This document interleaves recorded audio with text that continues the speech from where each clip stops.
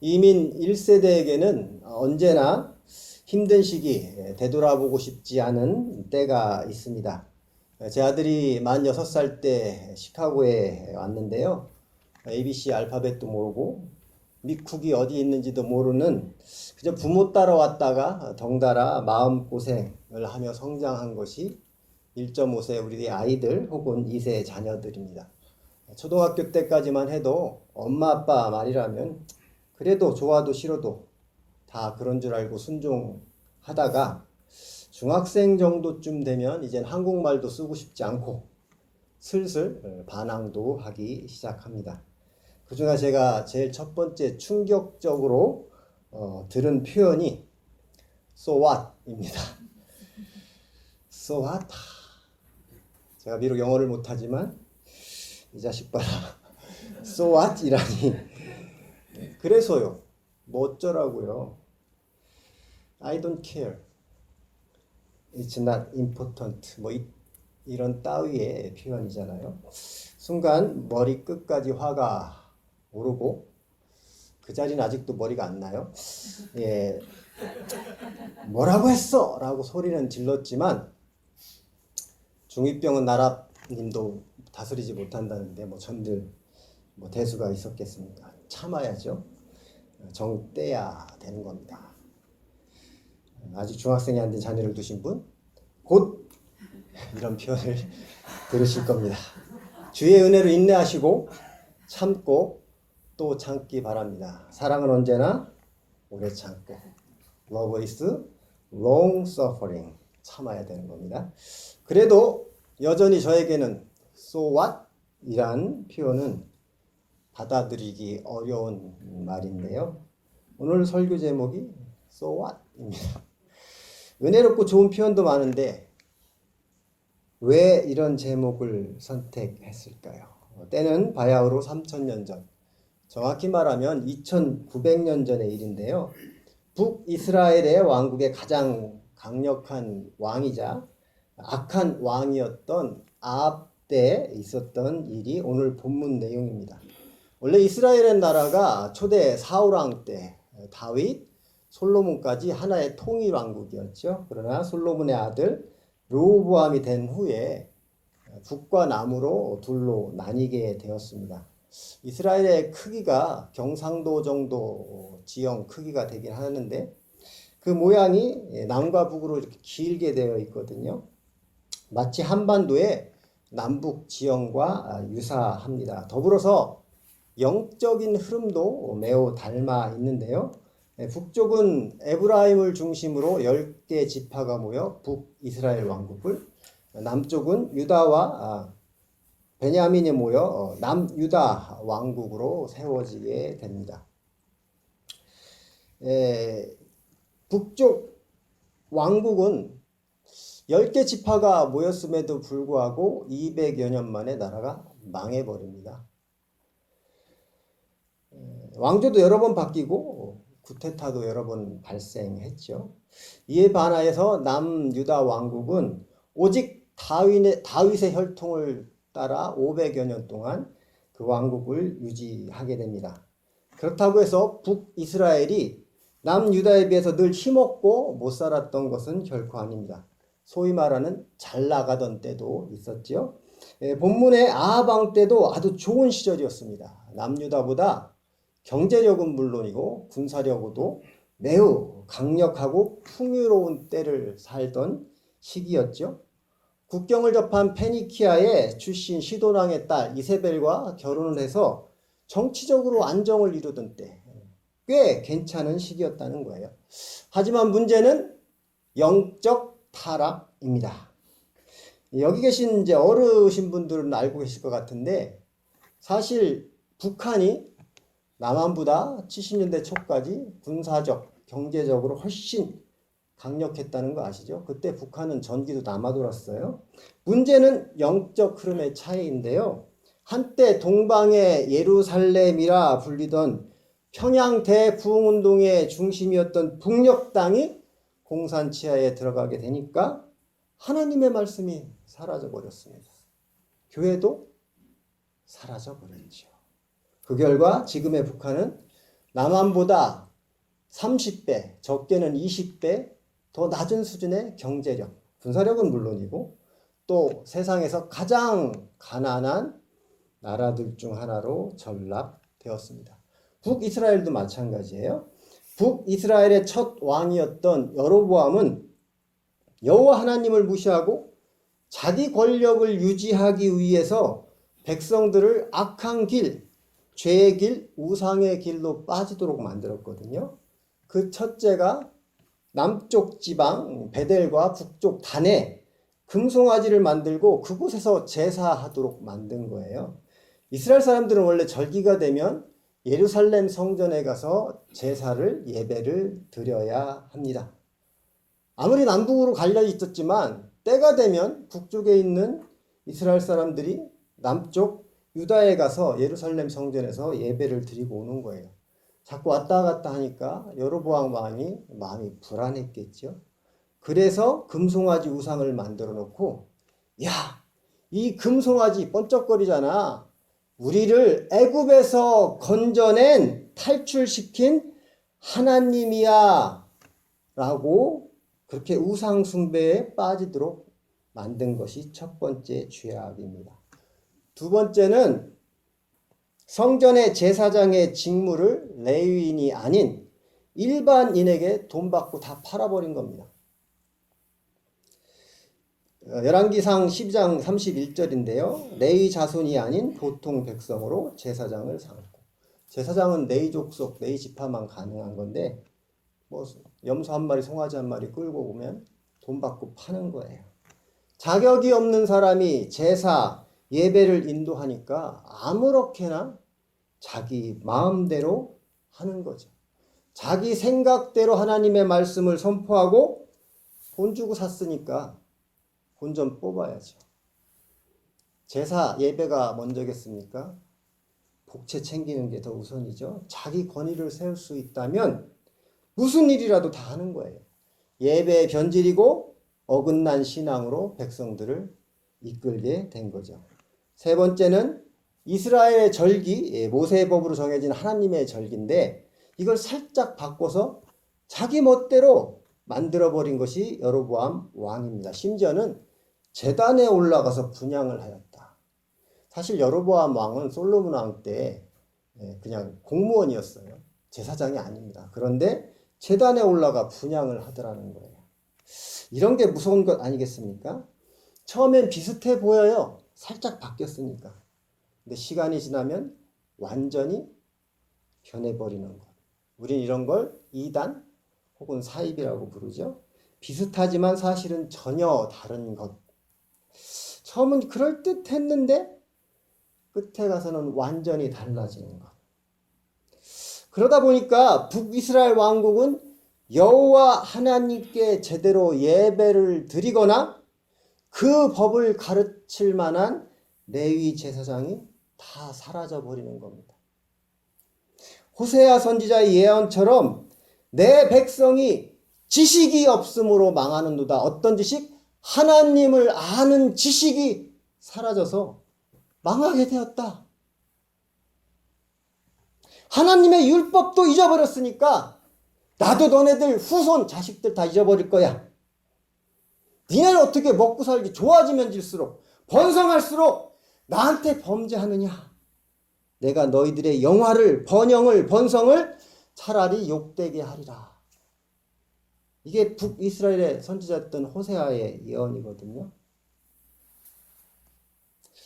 하나님의 말씀이 사라진 도덕과 윤리가 어긋난 사회의 풍요함이란 복이 아니라 저주가 되는 거예요. 그런 나라 국가는 결국 망하게 되는 겁니다. 북이스라엘의 출발이 이처럼 여로보암의 죄를 쫓아 하나님 보시기에 악했는데 그 죄악이 절정에 이른 것이 오늘 본문에 나온 아합 때 일이었다는 거예요.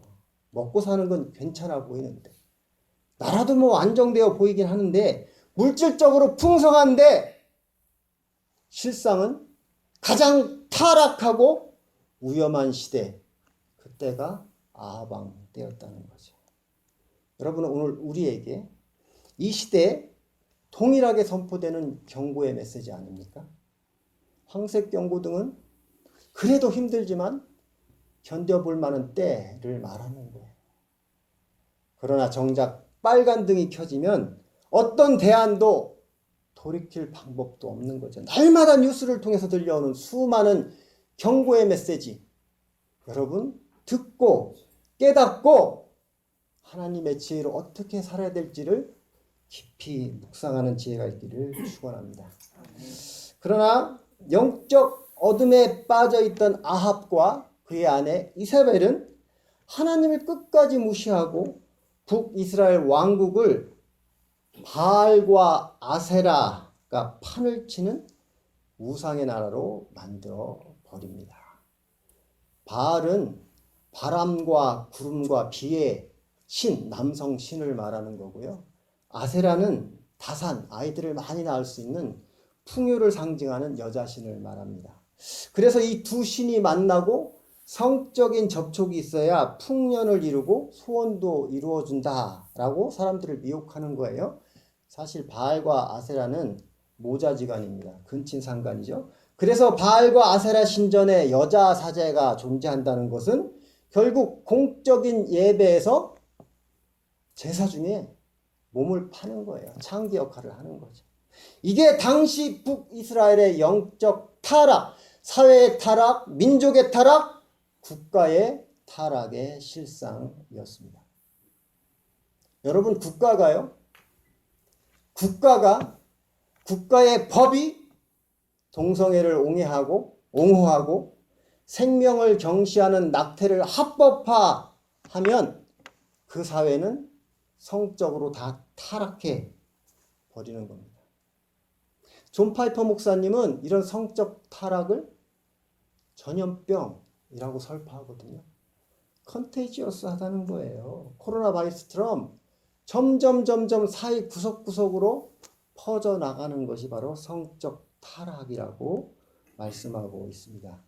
오늘 우리는 기독교 국가라고 일컬었던 미국 땅에서 이 현상을 직접 목격하고 있습니다. 여러분 두려워해야 돼요. 진짜 떨리는 얘기 하는 거예요.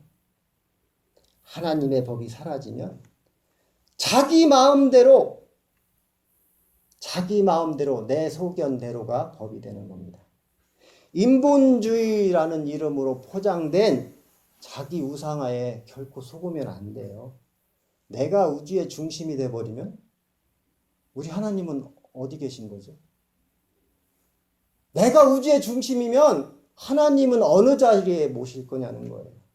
성경을 가르치지 않으면 누가 하나님을 알겠습니까? 그 자리를 공중 권세 잡은 사단이 차지하고 마는 겁니다. 그러면 우리의 자녀들이 악한 영에게 사로잡혀 그 어둠 속에 매몰되어 그렇게 살아갈 수밖에 없는 것. 여러분 마귀가 헬라어로 디아블로스라고 하는데 이 디아블로스의 디아란 between, 뭐뭐의 사이에라는 뜻이에요. 블로스는 던지다, 차지하다라는 뜻이에요. 그러니까 우리와 하나님 사이가 벌어지면 그 틈을 파고 들어와 마귀가 자리를 차지하고 왕노릇하는 겁니다. 그러면 망하는 거예요. 당시에 아합과 이세벨이 이런 마귀의 앞잡이 노릇을 하고 있는 겁니다. 여호와 하나님의 제사장과 선지자들을 모두 다 잡아 죽이고 신전이라는 곳에는 온통 바알과 아세라의 제사장들로 다 채워버렸습니다. 열왕기상 16장 30절 이하에 잘 나와 있는데요. 오므리의 아들 아합이 그의 이전의 모든 사람보다 여호와 모시에게 악을 더욱 행하여 이사벨을 아내로 삼고 가서 바알을 섬겨 예배하고 바알을 위하여 제단을 쌓고 아세라상을 만들었으니 그는 그 이전에 이스라엘의 모든 왕보다 심히 이스라엘 하나님 여호와를 노하게 하였다. 오죽하면 당시 능력의 선지자였던 엘리야, 아합과 이사벨을 피해서 막 도망다니기도 하고 그러거든요. 그러다 여호와 하나님께 주님 다 죽고 나만 남았어요. 이렇게 하소연을 했겠습니까? 그런 땅에 심히 이스라엘 하나님 여호와를 노하시게 하였더라. 그 땅에 하나님을 노하게 했으니까 그 땅 그 나라에 하나님의 심판이 임하겠지요. 3년 반 동안 비가 오지 않습니다. 기근이 심해지는 거예요. 열왕기상 17장 1절에 이르기를 이스라엘의 하나님 여호와께서 살아계심을 두고 맹세하노니 수년 동안 비도 없고 이슬도 있지 아니하리라. 엘리야가 선포한 말씀이죠. 열왕기상 18장 2절에 보면은 그때 사마리아에 기근이 심하였더라. 그래서 그 땅이 기근으로 고생하게 되었다는 거예요. 극심한 가뭄에 우물도 말라버리고 강물도 다 말라버렸습니다. 근데 이게 정말 웃긴 일이잖아요. 비를 내려주는 바알신을 그렇게 열심히 섬겼는데 비가 안 오니까 저만 웃긴가요? 정말 웃기잖아요. 풍요의 신 아세라 여신을 그렇게 섬겼는데 기근이 찾아왔어요. 또 웃기죠? 정말 웃긴 거예요. 그런데도 여호와 하나님의 말씀을 율법을 지키지 않아서 겪는 고통이다 아픔이라 선포하는 엘리야를 잡아 죽이지 못해 난리가 났습니다. 아합과 이사벨이 눈에 쌍심지를 켜고 엘리야를 잡아 죽이겠다고 쫓아다니니까 엘리야가 계속 피해다니거든요. 그런데 하나님께서 엘리야에게 아합을 만나라는 거예요. 그리고 그들의 제사장 우상의 제사장인 바알과 아세라 선지자 850명과 한판 대결하라는 거죠. 누가 진짜 살아있는 하나님인가 참신인가를 보여주라고 말씀하십니다. 그리고 백성들 앞에서 엘리야가 이렇게 선포합니다. 엘리야가 모든 백성에게 가까이 나아가 이르되 너희가 어느 때까지 둘 사이에서 바알과 아세라와 여호와 하나님 사이에서 머뭇하려느냐. 여호와가 만일 하나님이면 그를 따르고 바알이 만일 하나님이면 그를 따를지니라 하니 백성들이 한마디 말도 못해. 이미 변질돼 버린 그들의 신앙에는 차지도 덥지도 않은 그저 미지근한 적당한 양다리 걸쳐도 될 것 같은 그런 영적 상태를 그대로 보여주고 있는 것 아닙니까? 엘리야가 이 말씀에 의지하여 지중해 곁 갈멜산에 올라가 850대 1의 세기적 대결을 벌이죠. 여러분 잘 아실 거예요. 주일학교 때부터 들어봤으니까. 엘리야가 단 한 번에 이기죠. 살아계신 하나님께서 그의 기도를 들으시고 하늘의 불로 제단의 제물들을 싹 다 태워버립니다. 놀라운 장면이죠. 그제서야 정신이 든 백성들이 바알신과 아세라 제사장, 거짓 제사장들 850명을 모두 잡아서 죽여버립니다. 그럼 게임 끝난 거 아니에요? 이제부터 엘리야는 영웅이 되고 큰 소리도 칠 수 있고 백성들에게 인기와 명예도 얻고 여호와 하나님의 제사장으로서 당당히 말씀을 더 선포하고 그 권위를 누리면 됩니다. 백성들과 함께 바알이 아닌 여호와 하나님께 제사 드리고 찬양을 드리면 될 것 같아요. 그러면 민족도 살고 그 백성도 다시 살 수 있습니다. 다 잘 되었습니다. 그런데 오늘 읽은 본문이 바로 이 대결 직후의 엘리야의 반응인데요. 참 이상합니다. 대결에서 승리한 엘리야의 첫 번째 행동에는 어떠한 영웅적인 모습도 강력한 메시지의 선포도 백성들의 환호성도 전혀 보이지 않아요. 대결 직후 그의 첫 행동이 읽으신 본문 42절에 나와 있는데요. 엘리야가 갈멜산 꼭대기에 올라가서 땅에 꿇어 엎드려 그의 얼굴을 무릎 사이에 넣고. 엘리야가 제일 먼저 한 일이 간절하게 기도했다는 거예요. 땅에 꿇어 엎드려 그의 얼굴을 무릎 사이에 넣고 기도합니다. 보통 기도가 아니죠. 대결에 이겼는데 승리의 축배를 나눠도 될 것 같은데 무슨 또 간절한 일이 있다고 무릎을 꿇고 무릎 사이에 머리가 박히도록 기도를 하고 있는 걸까요? 무릎 사이에를 히브리어로 읽으면 벤 베라코라고 읽게 되는데요. 히브리 동사 바라크를 2번 반복해서 사용하고 있습니다. 사전에서 이 바라크를 찾아보니까 knee, to kneel down이라는 뜻과 함께 bless, to bless, 그러니까 축복하다라는 의미도 함께 있더라는 거죠. 이 바라크가 뭐길래 이 단어가 처음 사용된 성경 구절이 바로 창세기 1장 22절인데요. 하나님이 그들에게 바라크를 주시며 이르되 생육하고 번성하여 여러 바닷물에 충만하라, 새들도 땅에 번성하라 하시라. 창세기 1장의 말씀이에요. 아담과 하와를 축복할 때 주신 말씀 바로 바라크입니다. 또한 믿음의 조상 아브라함을 처음 부를 때도 동일한 단어를 사용하고 있는데요. 창세기 12장 2절이에요.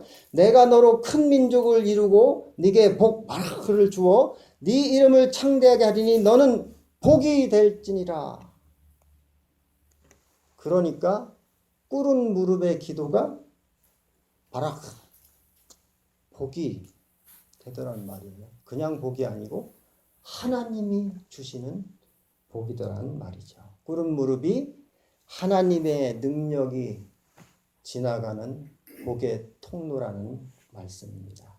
여러분, 바라크 해야 바라크를 누리게 되는 겁니다. 지금 엘리야는 3년 반의 가뭄이 끝나기를 다시 비가 하늘에서 내리는 하늘의 복, 하나님의 복을 빌고 있는 거예요. 열왕기상 18장 1절에 보면 이미 엘리야는 하나님으로부터 비를 내리겠다는 약속의 말씀을 듣습니다. 내가 비를 지면에 내리라. 이미 그 약속의 말씀을 받았어요. 그리고 오늘 읽은 본문 41절에 보니까 엘리야가 아합에게 이르되 올라가서 먹고 마시소. 큰 빗소리가 있나이다. 내가 하나님으로부터 말씀을 받았는데 비를 분명히 주신다고 했어요. 아합 왕이요, 분명히 비 온다니까요. 그럼 기다리면 되잖아요. 말씀 받았고 확신하고 있으니까 비가 오기를 기다리면 됩니다. 그런데 엘리야는 제일 먼저 그 믿음을 가지고 그 확신을 가지고 무릎 꿇어 기도합니다. 마치 때를 써서라도 약속이 없는 것이라도 되는 것처럼 하나님의 응답을 반드시 내가 받고 말겠다는 그 간절함으로 무릎 사이에 머리가 박히도록 당장 그 자리에서 기도를 먼저 올려드리더라는 거죠. 1번, 2번, 3번 확인하고 또 확인하고 그 약속의 징조가 내 눈에 비칠 때까지 그의 무릎을 펴지 않습니다. 오늘 읽은 본문 43절이에요. 그의 사환에게 이르되 올라가 바다 쪽을 바라보라. 그가 올라가 바라보고 말하되 아무것도 없나이다. 이르되 7번까지 가라 하니라. 맑은 하늘에 갑자기 구름이 떠오르고 비가 올 리가 있겠습니까? 그런데도 기도하며 7번씩이나 확인하고 또 확인하는 거예요. 성경에서 7이라는 숫자, 7이라는 숫자는 하나님의 숫자인과 동시에 승리를 뜻하는 숫자입니다. 그러니까 반드시 승리하리라, 내 기도의 응답을 받으리라, 그 간절함을 가지고 믿음을 가지고 기도하고 확인하고 있다는 거예요. 엘리야가 왜 이렇게까지 지금 당장 비가 오기를 기도하고 있는 걸까요? 체험 때문에 그렇습니다. 체면이 아니고 체험 때문에 그러는 거예요. 하나님의 신실한 약속의 성취, 언약의 이루어짐을 그의 민족 이스라엘이, 그 백성들이 직접 체험하기를 그렇게 기도하는 거라는 거예요. 그동안 오랫동안 영적 타락에 빠져 우상 숭배를 하던 북이스라엘들 백성에게 갈멜산에서 850대 1의 그 놀라운 대결 장면, 참으로 충격적이었을 겁니다. 신통방통 여호와 하나님의 그 놀라운 능력, 기적 같은 광경에 깜짝 놀랐을 거예요. 정말 신기하다. 여호와 하나님이 진짜 신인가 봐. 그 이야기를 전해 듣는 사람들도 여호와의 놀라운 능력, 하나님의 이야기에 귀를 솔깃했을 겁니다. 그런데 여러분, 사람들은 이걸로 끝입니다. 그냥 재밌고 멋진 흥미로운 이야기일 뿐입니다. 왜 그럴까요? 비록 참신으로 밝혀진 하나님의 능력이, 하나님의 그 놀라운 기적 같은 일이 신비롭기는 하지만 정작 목말라 하는 내 목에, 쩍쩍 갈라지는 내 논과 밭에 어떠한 영향도 주지 않는다면 so what? 그게 무슨 상관입니까? I don't care. 하늘에서 불이 내려온 것과 말라버린 내 우물하고 무슨 상관이야? 내 삶에, 내 현장에 체험되지 않는 신은 so what? 나와 아무런 상관이 없는 겁니다. 그저 놀라운 기적 현상, 신비로운 남의 이야기 간증일 뿐이에요. 나하고는 상관 없습니다. 엘리야가 이걸 아는 거예요. 오랫동안 우상에 빠져있던 그들의 민족 백성들이 그 기적 현상 하나에 되돌아올까? 그들의 피부에 와닿는 하늘의 단비를 체험하고 갈라진 혀의 생수를 체험해야 내 삶에 역사하는 하나님 참신이구나.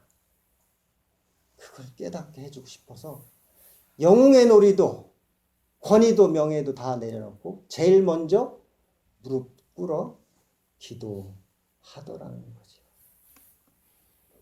여러분, 오늘 우리도 예배에 감동을 받고 어떤 유명한 명설교의 은혜를 받아도 내 삶 속에 하나님의 말씀, 그 약속의 말씀이 실현되는 것을 내가 보고 느끼고 체험하지 않으면 나와는 아무 상관없는 so what이 되고 마는 겁니다. 이 감동이 사라지기 전에 하나님의 백성에게 생명수의 체험을 하게 해 주시옵소서. 비를 내려주시고 그들의 몸으로, 그들의 혀로 살아계신 하나님을 고백하게 하소서. 그들의 조상들에게 약속하신 말씀을 다시 기억하게 하소서.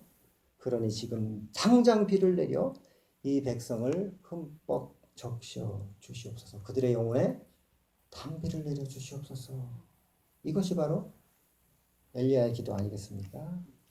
36절에 보면 아브라함과 이삭과 이스라엘의 하나님 여호와여, 이게 백성들 앞에서 엘리야가 공개적으로 드리는 기도의 모습인데요. 아브라함과 이삭과 야곱, 이스라엘의 하나님 여호와여, 너희 조상의 하나님 여호와께서 라고 지난날에 조상과 하신 약속을 제발 좀 기억하라 라고 다시 한번 확인시켜 주는 겁니다. 그러면서 다시 한번 이렇게 강구해요. 주께서 이스라엘 중에서 하나님이신 것과 내가 주의 종인 것과 내가 주의 말씀대로 이 모든 것을 행하는 것을 오늘 이 백성이 알게 하소서라고 기도하고 있습니다. 무릎 꿇은 엘리야의 간절한 기도 제목 세 가지 아니겠어요? 850대 1의 승리자로서의 명예 권세 자랑, 환호성보다 더 중요하고 급한 것은 자신의 민족, 하나님의 백성, 이스라엘이 주 여호와는 하나님이신 것과 주는 그들의 마음을 돌이키신 분이라는 걸 30절이죠. 깨닫게 하는 것. 이것이 진짜 중요하고 급한 일이라는 거예요. 그래서 제일 먼저 무엇보다도 먼저 우선 무릎 꿇어 기도하는 겁니다. 죄에 빠져 죽어가는 이스라엘 백성에게 약속의 비를 체험케 해달라고. 그들의 생업인 논과 밭이 다시 기름지게 하시고 그들의 입술로 하나님을 참신으로 고백하게 하시옵소서.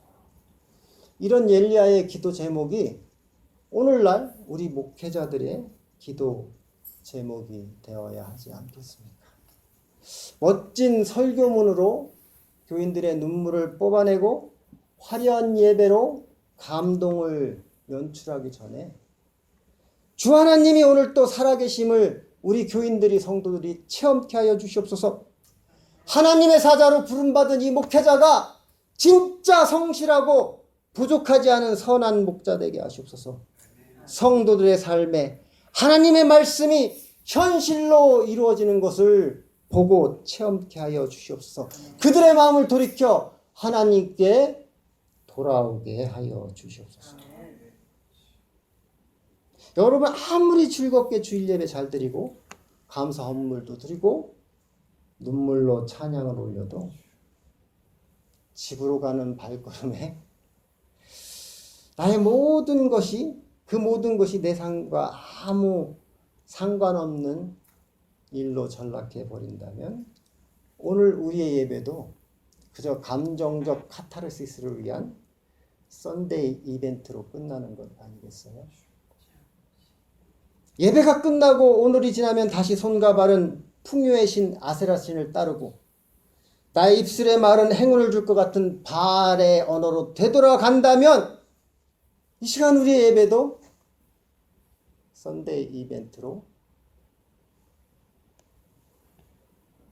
끝마치게 되는 겁니다.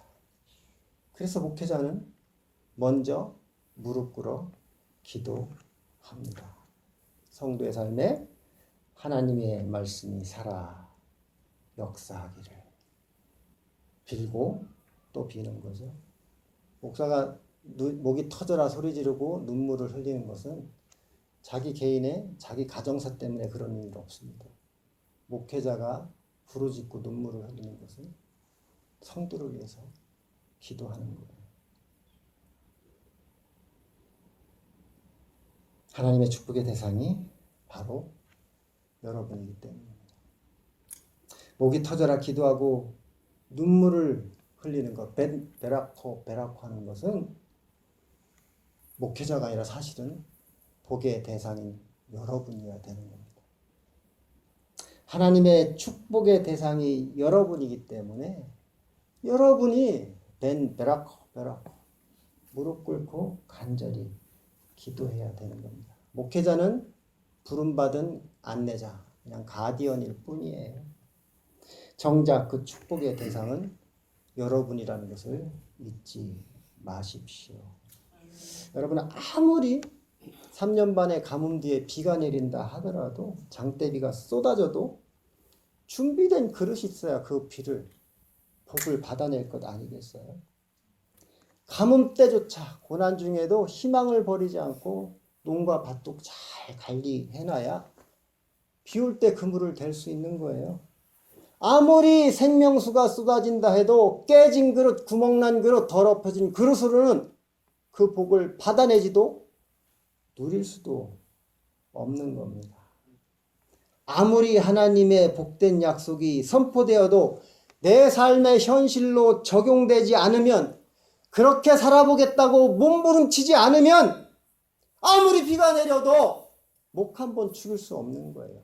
깨끗하고 깨지지 않은 그릇, 꿇은 무릎으로 준비하는 여러분 모두가 되시기를 주의 이름으로 축원합니다. 그래도 목사님 제가 예배 드릴 때 보면 가슴도 찡하고 찬양 부르다 보면 눈물도 막 나고 그러는데요. 여러분 드라마 보다가도 눈물 흘립니다.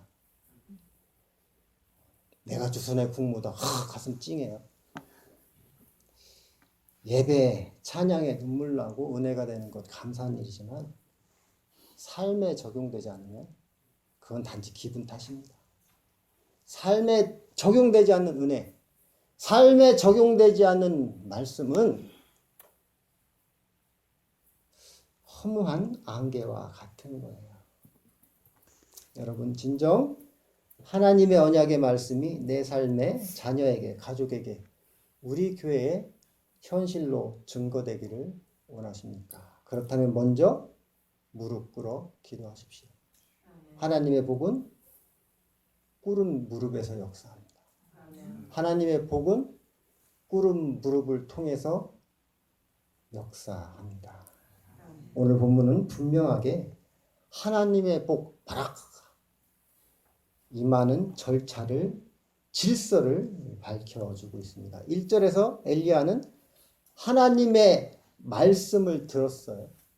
하나님의 말씀을 들었어요. 그리고 그는 그 들은 말씀 때문에 꿇어 엎드려 기도합니다. 한 조각, 주먹만한 한 조각 구름에 증거를 볼 때까지 펴지 않고 빌고 또 빕니다. 이게 하나님의 축복, 바라크의 질서입니다. 말씀 붙들고 기도하시고 주먹만한 증거를 볼 때까지 끝까지 기도하시기 바랍니다. 목사도 장로도 초신다도 집사도 권사도 너도 나도 하나님을 향해 투 바라크 해야 get 바라크. 하나님께 기도를 해야 하나님으로부터 내리는 복을 받게 되는 거예요. 시편 195편 6절인데요. 오라 우리가 굽혀 경배하며 우리를 지으신 여호와 앞에 무릎을 꿇자. 여기서 경배와 무릎을 꿇자가 똑같이 바라크라는 단어를 사용하고 있어요. 누구 앞에요? 여호와 하나님 앞에. 역대하 6장 13절인데요. 솔로몬이 그가 그 위에 서서 이스라엘의 모든 희중 앞에서 무릎을 꿇고 바라크하고 있죠. 하늘을 향하여 손을 펴고 솔로몬 왕이 예루살렘 성전을 짓고 성전 봉헌을 드리면서 올렸던 기도입니다. 무릎을 꿇고 바라크. 어디를 향해요? 하늘을 향하여 두 손을 펴. 방향이 맞아야 죄사함 치유 회복 돌이킴의 하나님의 복이 역사합니다. 이것이 바로 성전의 제사, 교회의 바른 예배의 모습입니다. 여러분, 히브리어 바라크, 복의 진정한 뜻은 무릎으로 하나님을 찬양하고 예배하는 삶입니다. 이게 하나님의 진짜 축복이라는 걸 깨닫는 은혜가 있기를 축원합니다. 아멘. 믿음의 연금술 그 비밀을 알려드리면서 말씀을 마치겠습니다. 다 같이 한번 따라해 볼까요? 바라크가 바라크를 부른다. 바라크가 바라크를 부른다. 꿇은 무릎이 하나님의 복이다. 꿇은 무릎이 하나님의 진짜 복이다. 우리 함께 기도하겠습니다. 주 하나님, 오늘 우리에게 이기는 비결, 능력의 비결, 복의 비결을 말씀해 주시니 감사합니다. 우리 모두 하나님 앞에, 십자가 앞에 무릎 꿇어 기도하는 인생 되게 하시옵소서. 꿇은 무릎이 있는 자리가 쉬은 자, 하나님의 임재를 체험하는 지성소가 되게 하여 주시옵소서. 되돌아와 회복하는 자리, 치유받는 자리, 막힌 담이 허물어지는 자리가 되게 하시옵소서. 기도하는 삶의 현장마다 하늘에서 공급하는 양식이 끊이지 않게 하시옵소서. What is it? 만나의 풍요로 놀라운 감탄이 날마다 넘치게 하여 주시옵소서. 우리 주 예수 그리스도의 이름으로 간절히 기도 올려 드립니다.